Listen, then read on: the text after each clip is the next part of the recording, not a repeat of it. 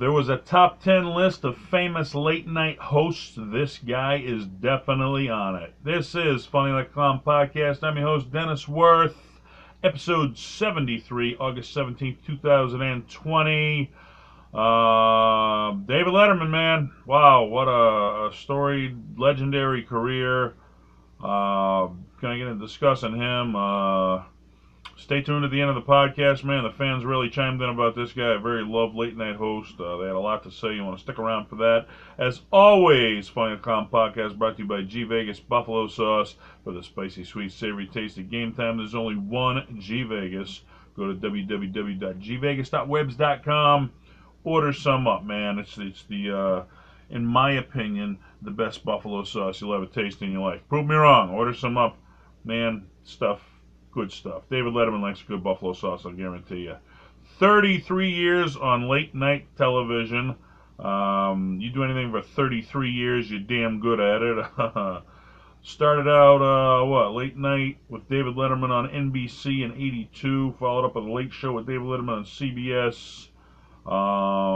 Did 6,080 shows total between the two. And, hey, we're on episode 73, so we got a long ways to go here on Funny Like a Clown Podcast, but, it's fun. I'm having fun. Hope you guys are having fun with me. After doing 6,080 shows total, he passed his mentor, Johnny Carson, as most shows by a late night host, and, you know, you pass Johnny Carson doing anything, man. That's saying something, because Carson was the guy in his time. So, but I'm sure, you know, you got your hero, and Johnny was David Letterman's hero, and you almost want to accomplish more than my hero, man. I mean, not that he did, but I'm sure that was a nice mark when he passed Johnny as most shows on late night. It gives you a notch on your belt that you did something, you know. Number 45 on TV Guide's greatest TV stars of all time, okay? Now, this ain't just comedians, this ain't just late night hosts.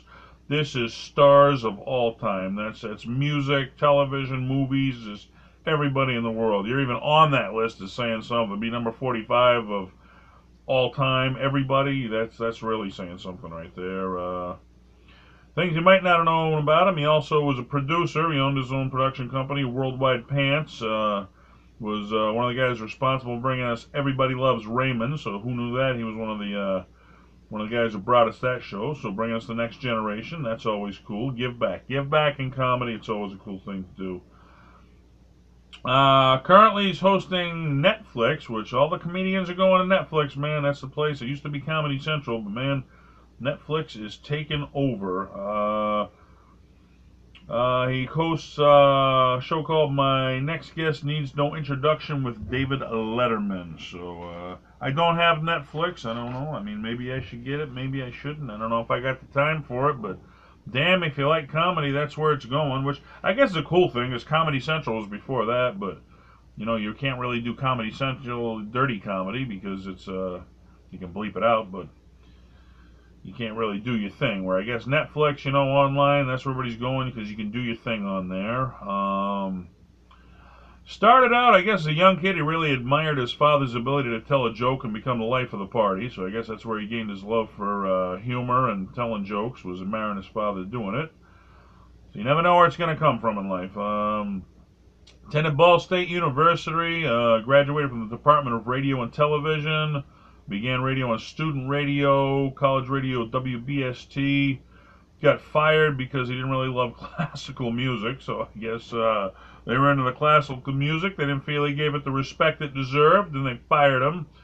So, you know, but he, rather than being say, hey, I'm fired, and, you know, cry about it, you know, like kids do nowadays, back then he founded another campus radio station and started his own radio station and competed, WAGO. So, you know, college radio, you only got a few watts, so, you know, you can get an old CB radio or something and hook it up, make your own radio station, I guess. I mean, I don't know, but apparently it's not that difficult, and he took the initiative and did it.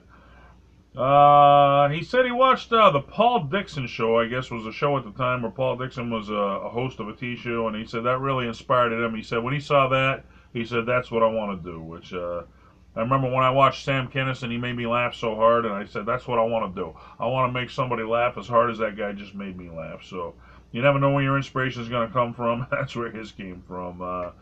After graduating college, he became weatherman at WLWT TV, and he gained recognition. He did some quirky stuff while he was telling the weather, and he did a lot of on-air antics that gained him, some local recognition. And you got to start somewhere, and that's where the guys start: college radio and local television. Okay.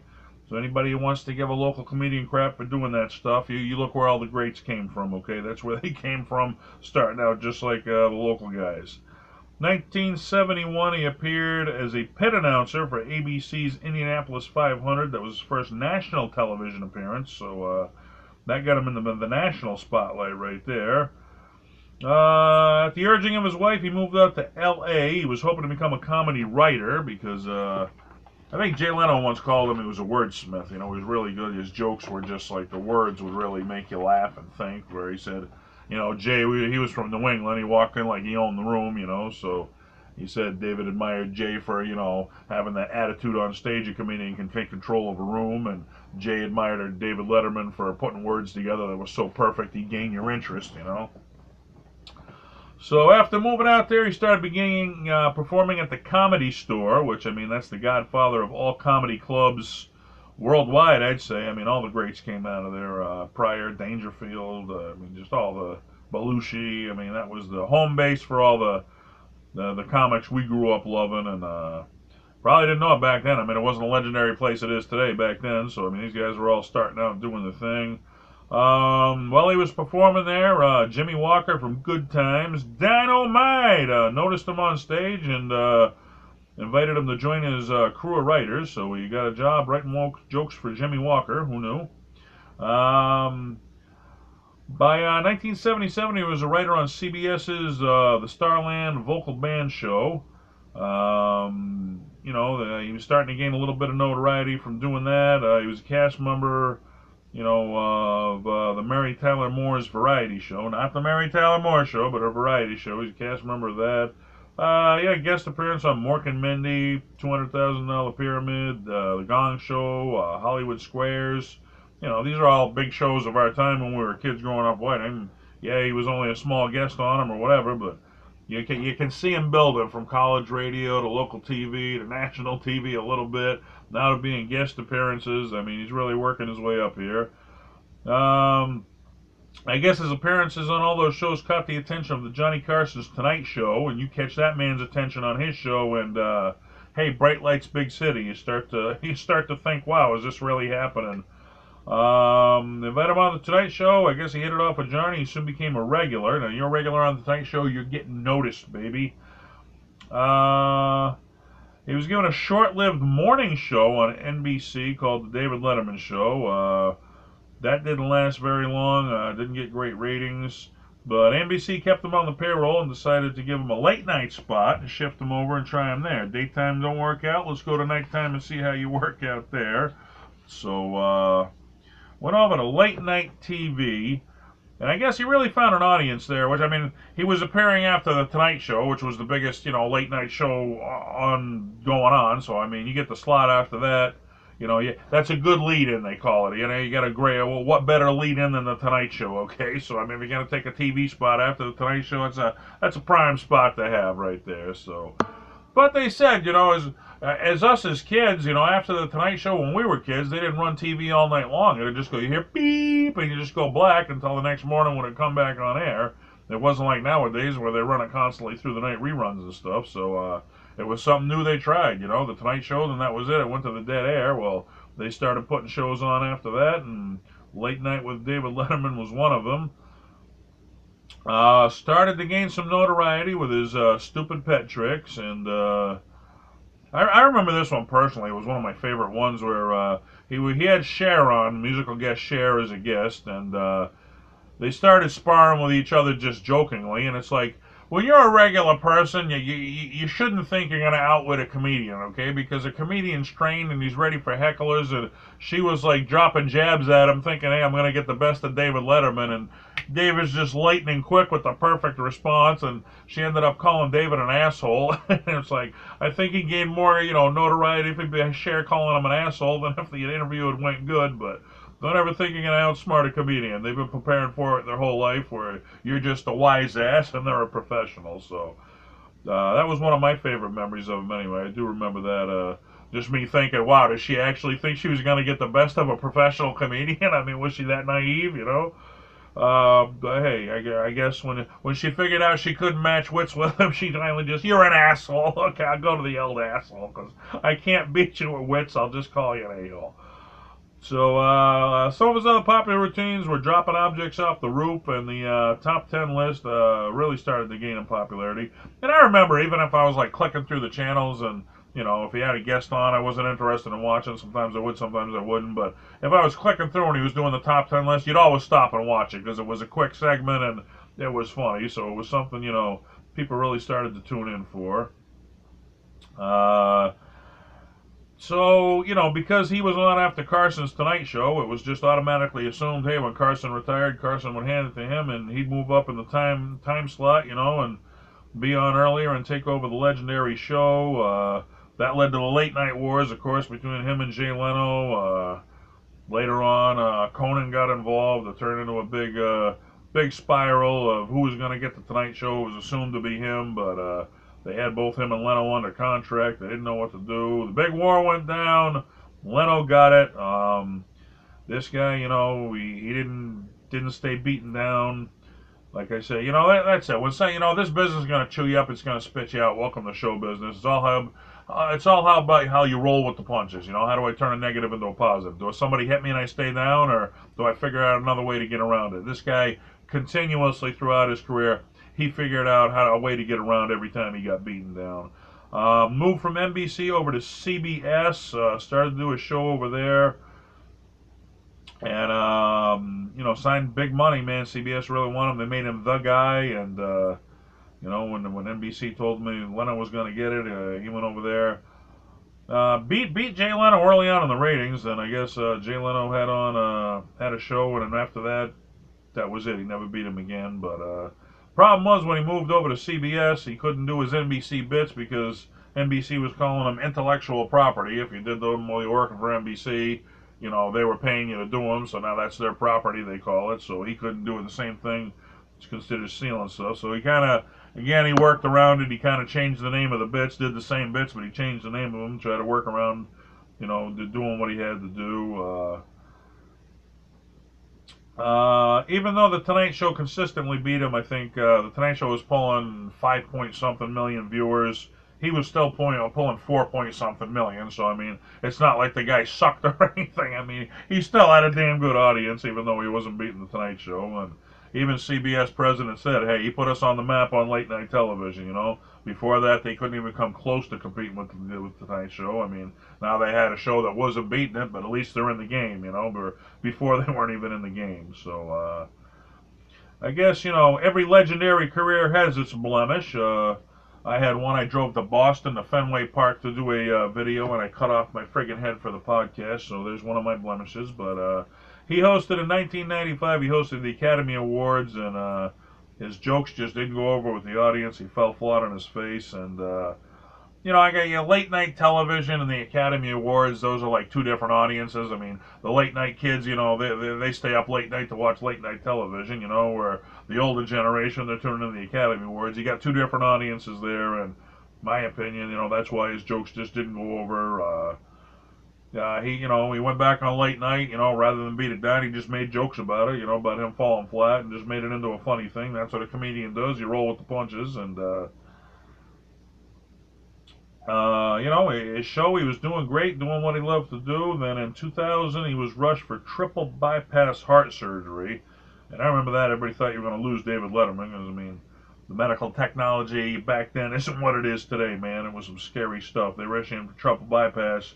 You usually didn't live long, but he had money, and I guess money gets you the best doctors, and I guess he had a long list of celebrity friends who filled in for him when he was out there, and I think I remember I watched the first episode back, and you seen him, and he looked good. I mean, he recovered well, and I think he had on, like, the people who opened up his heart. He had the nurses on who, like, bathed him and said, oh, this woman's seen me naked. And, I mean, he made a joke about everything. How many people could joke about triple bypass surgery? But, I mean, he turned it into a shtick rather than, you know, make it into a negative thing. Because Yeah, you're expected to make people laugh any way you can, and David always he goes for the laugh even in triple bypass surgery. So good for him, I guess.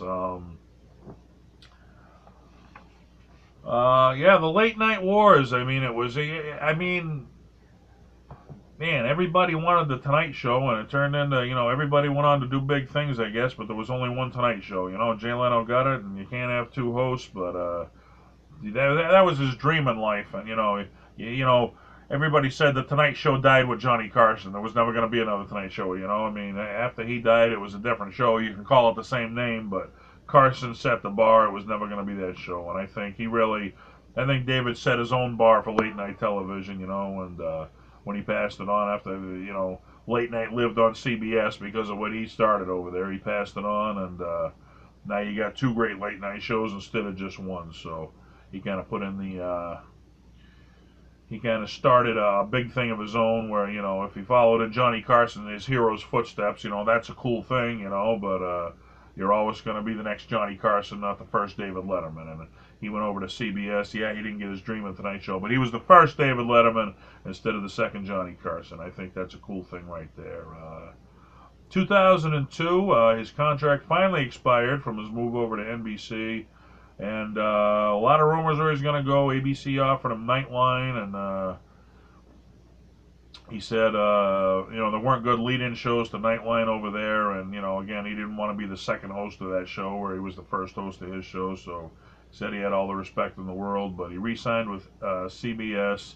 And he said, Nightline, he knew he'd never beat Jay Leno in the ratings. And I think that was one of his big dreams because Jay Leno beat him out for the job. And, somebody beats you out, you want to stick it to him and prove, hey, you should have chose me instead. And if he beat NBC in the ratings, he could have went back, and said, he would have known the presidents, you choose the wrong guy, you should have chose me. So, where he still had a legendary career, he was never really able to rub it in their face that, hey, you should have chose me instead.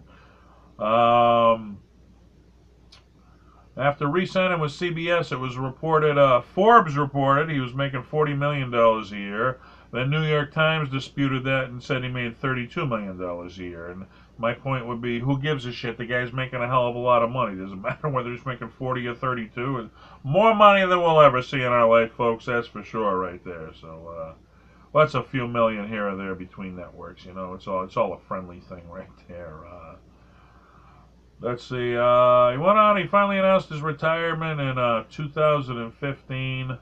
And now you want to hear mind blown right here, okay? I think this happened with MASH. It happened with Happy Days. There's only a few shows that everybody tunes in to see a retirement. Well, his was one of them.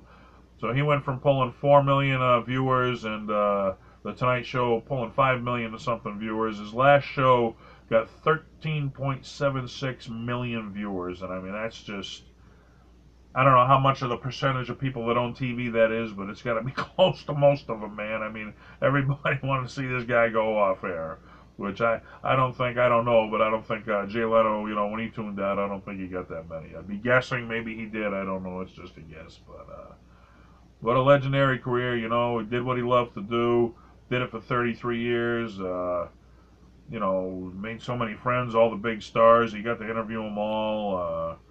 His style, I mean, nobody had his style where, other people's styles were copied. He had a style of his own, which really left a mark on everybody's, imagination. I guess the one downfall of his career, and I guess I got to bring this up because of what's happening right now with the Ellen DeGeneres show, and I remember this, he was getting blackmailed because he admittedly, he was married and he was having affairs with, some intern and an assistant of his, and I guess one of the guys that wrote for a magazine for NBC was dating one of the, well, no, he wasn't dating, he was living with one of the interns from his show, and I guess he went into her diary and she was talking about the affair with David Letterman, and he made all copies of that and found the emails that her and David were sending back and forth on her computer and made copies of all that, and I guess he left all the evidence, copies of the evidence on David Letterman's car one day saying, give me $2 million or I'm going to go public with this, that you're cheating on your wife with interns and assistants. And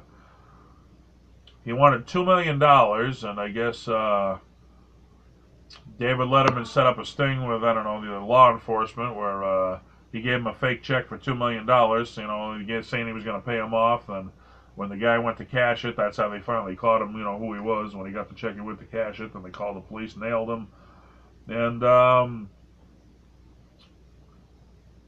I guess, I mean, even after they arrested the guy, he still could have went public because people didn't know about it at this time. Well, the way David Letterman figured a way around that was he went on air and he openly admitted. He admitted on air he started his show and he said, I got an announcement to make. I've had affairs on my wife with people from this show, and I want to admit to it. So you can't blackmail him anymore, after he admitted to it. And that's the way in life, It's like if you try to lie, people are going to hunt you down forever trying to prove you're a liar, okay, and prove that you're lying, okay? If you just come out and tell the truth, people will forgive you a lot more than if you lie about it because they want to prove you're a liar. If you tell the truth, they don't want to prove nothing because you've already admitted it, and you'll get forgiveness, okay? People are willing to forgive, but if you're a liar, they're never going to forgive you. They're going to chase you down forever to prove you're a liar. So he announced it, wasn't sure what fan reaction would be.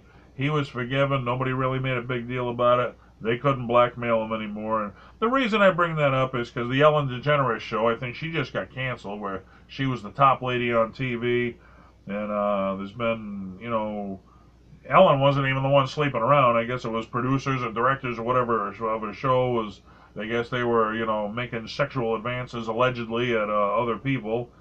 And, Ellen got crucified for the whole thing where, I mean, it's a different day and age. I mean, this was back in the 80s when David Letterman it happened. This is a different day and age where everybody's politically correct. So Ellen's really catching some backlash over that, man, where David was just forgiven. But had Ellen maybe came out beforehand and said, hey, this is what's going on, I didn't know about it, I'm putting a stop to it, she might have survived. Where, the big cover-up going on where she didn't survive. So I guess, well, she probably didn't even know what was going on, but I remember when Reagan got caught selling arms overseas, he said, I had no idea what was going on, but it happened on my watch. Well, she may not know what was going on, but it happened on her watch, so it's her show.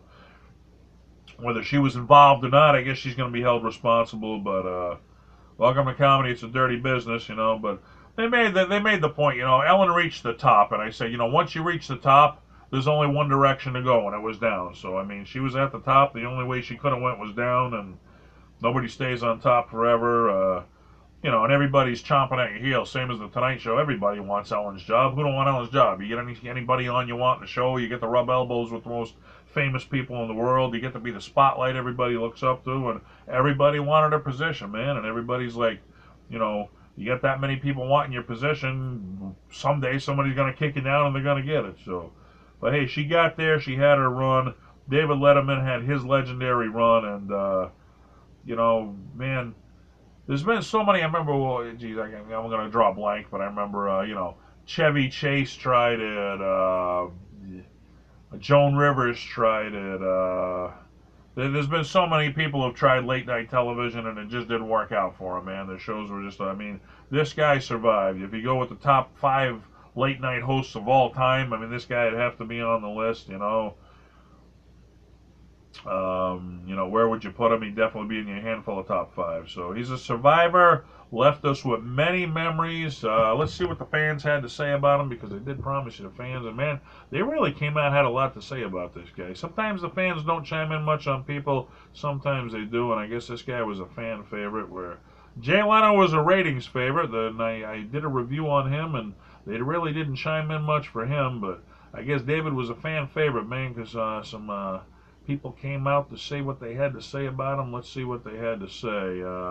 Kimberly Levesky, favorite memories. So many, probably his reaction when Drew Barrymore flashed him. And I remember that. Drew Barrymore was on there. You're so excited to be on the Tonight Show. You're so pumped up. She was so into the moment just to be there. She got up and did this little dance. Then she got up on the desk and danced. And without thinking about it, she flashed her boobs at him. The camera, her back was to the camera. You couldn't see it, but David seen it. And his reaction was more priceless than anything, And she was cracking up. She was like, she couldn't believe she did it herself. She's like, well, it was your birthday. That's the only reason. That was your birthday present. But it was a hysterical moment for late night television back then. women were a lot more cautious about showing their boobs than they are nowadays. It'd probably be no big deal nowadays. Everybody's doing it. But for back then, we had some class back then. It was a risque thing for the time. Let's see. Ray DiTomaso, the weird look I got while sitting in the studio audience. And, yeah, man, I mean, when you sit in the studio audience and see firsthand what a legend is doing, that's always a cool thing to have on your resume that you did.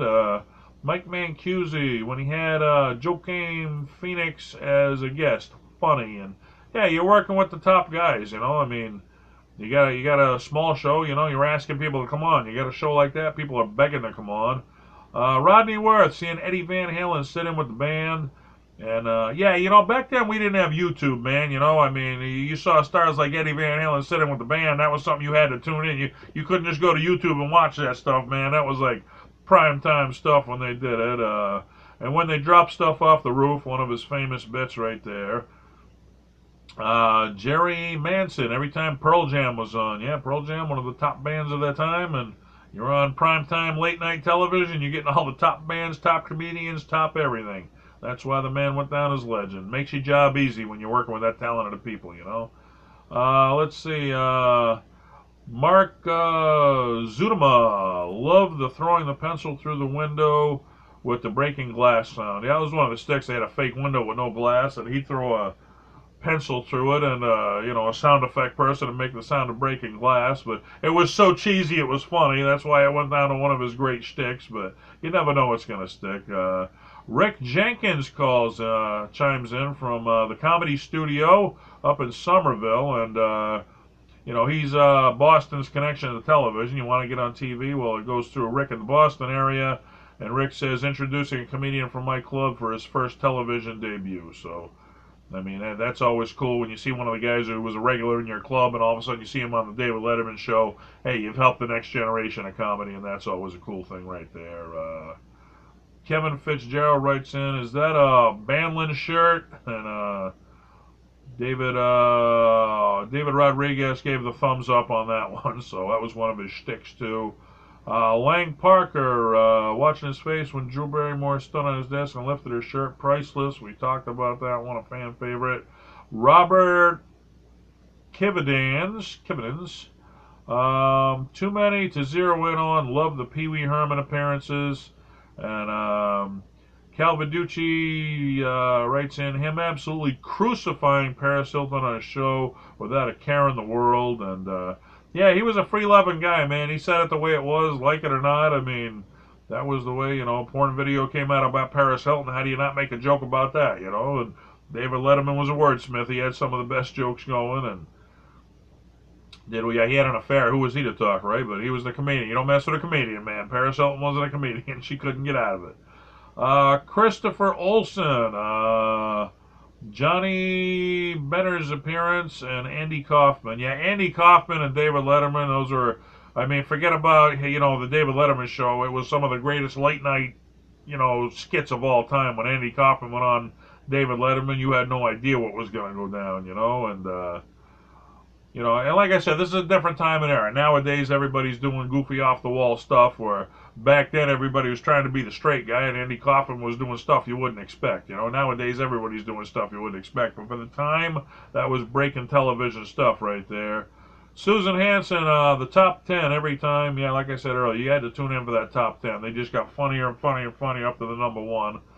Tom Cotter, America's Got Talent legendary comedian, writes in his monologue first show back after 9/11. And yeah, 9/11 was such a tragic time, and it was like, what are comedians going to do? Nobody wants to laugh right now. This is like one of the saddest times in our country's history. But David Letterman's job, I mean, he had a job to make you laugh, and even though it was a sad time, he had to figure out a way to make, to make light of the situation. And that's not an easy job to have. There's nothing to make light in that situation. So, again, him being a wordsmith, he worked his way around it in a genius way and really, made you think about it. So that was a cool thing.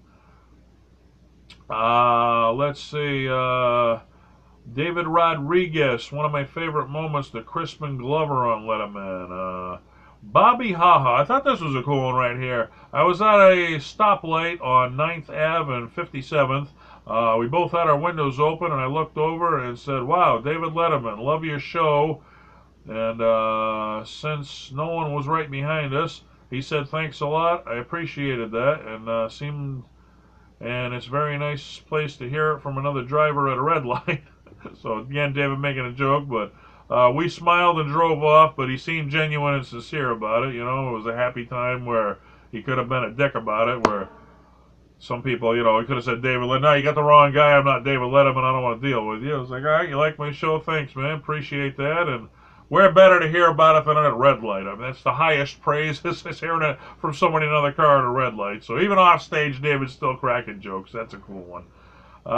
Leaf Cedar, Drew singing Happy Birthday. Leaf Cedar again. I also enjoyed it when he would rip into guests like Bill O'Reilly. Yeah, I mean, you're on late night, you tell it like it is, somebody may be your friend, but if they're doing something messed up, it's your job to talk about it, and he didn't hold back. He told you the way it was, right, wrong, or otherwise. Peter Perrault, when he had the monkey tea party, oh my God, I laughed every time I watched it. I remember that it was, watching monkeys that have a tea party together, which not everybody owns a monkey, so I guess I'm out of a tea party's a funny situation. Dana Friedman, there are so many great ones. I like the silly little jokes, though not necessarily the great appearances or moments. So I have three. The entry from the top 10 list, top 10 was always New York Mets are like proud scum. Number one, the New York Mets, one player named Mookie, proud scum, everybody named Mookie. Number two, he played an expert from this record. Oh, an excerpt from. Yeah, you sent me a YouTube link. I ain't got time to follow a YouTube link, so. Hey, thanks for writing in, but I ain't got time for that, man. Just tell me what you got to say here. Don't send me links. Followed up with a voiceover. If you could be like a lesbian, please send a check for $10.95 to a post office box. When Madonna talked about going to the chubby hole with Sandra Bernhardt, let's see. Gideon Klein writes in, after Rodney Dangerfield did a set, he sat down and noticed his chair was lower than Dave's, so he said, "You're higher than me." Dave responded, "Not chemically." And again, a comic, it's his job to have the perfect response, and that was a perfect response to Rodney Dangerfield, who was a famous pot smoker, so he had a few chemicals in him. Kim Allgood, when he basically called Trump a racist to his face, and this was obviously before he was president and had him on the show, so he didn't pull any punches with Trump or anybody else, man. So, I'll give Trump, he could take a joke. I mean, not so much now that he's president, but on late night, if you picked on him, he did a roast or people picked on him. I mean, the guy could take a joke. Kelly Lynn, every time Bill Murray was a guest, his early man on the street stuff was genius. Howard Stern guesting, best guest ever though was every appearance by Richard Simmons. Dave would be grossed out and say, "Why are you always so oily?" Okay, which, yeah, Bill Murray was a great one. I guess when he first started doing the daytime talk show, Bill Murray was his first guest, and I think Bill Murray was his last guest on the late night thing, and many appearances in between. And Bill Murray, one of the great comedians of our time and actors. So, Lisa Carey Higdon writes in, Larry Bud Melman. That was one of the famous skits. I do remember that one. James Geshenwinder, he was great. I guess that's just saying it all. He was great. One of your heroes. James Gershwin, the top 10 list. That was a lot of people's favorites. Let's see. Bub Daddy writes in about the sex scandal, and like I said, it was probably getting a lot less press back then than it would now, where nobody was so politically correct back in the 80s, It was like, all right, guys sleeping with an intern, ain't good for him, who cares, I got my own life, just make me laugh, Where nowadays, all these kids are offended by everything, and, Ellen's doing the Ellen show, people are doing the same thing, we're so offended now. Give me a break, get on there and friggin' interview somebody. Sean Frillerton, so many, but his NBC days were my favorite. The theme song, Paul Schaefer's original song called Late Night, was fantastic. His Velcro suit, bouncing off a trampoline and sticking to the wall, was always a favorite. Also loved the first pump drum hits during his monologues. I remember a show where post-monologue he would repeatedly have trouble saying the phrase cat-like quickness, which became a laughing fit between Dave and Paul. And at my house, I use that phrase to this day. So yeah, you never know when you pick up phrases. You listen to a comedy album, something so funny, and you walk around telling them at work the next day because it made you laugh. So it's like, you want the line to be yours. You're gonna, all right, I heard it there, but I'm gonna use it on somebody else. It's like telling a joke. You hear a good joke, you can't wait to tell somebody else and make them laugh. So that's the power of laughter right there. Peter Perot, I'm daytime Letterman old, which after the Tonight Show, he was on the next morning. It was like midnight, so technically the next day. So if you remember him from those days, before he did the earlier late night shift, it was the next morning. Mark Riley, the last time I went to a taping of his show before his monologue, he would also have somebody from the audience ask a question. I was determined it was going to be me this time. I did get to ask a question. I asked him if he was going back to stand-up comedy when he retired from his show. His response, oh God, no. Then he asked about me. I told him I was a mailman and I did stand-up comedy at night. He asked me if I had tried to get on his show. My response was that I was not ready for that. His answer was, I'm not going to be here forever. What I should have said was, let me get up there and do a couple of jokes now. That would have been a smart move, yeah. You never think of the smart move in the time afterwards. Why did I have the opportunity? Why didn't I do that? Anyway, my response was, I'm not ready for that. His answer was, I'm not going to be here forever.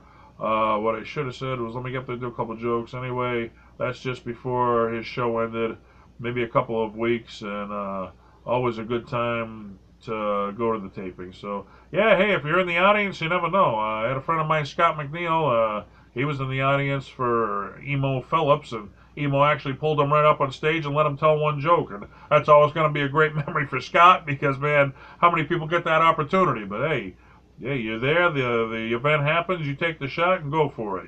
So. Let's see. Pat O'Shea displaying a new product, non-alcoholic gin. And that was one of his running shticks, displaying new crazy products. Michael Caine, so many to pick.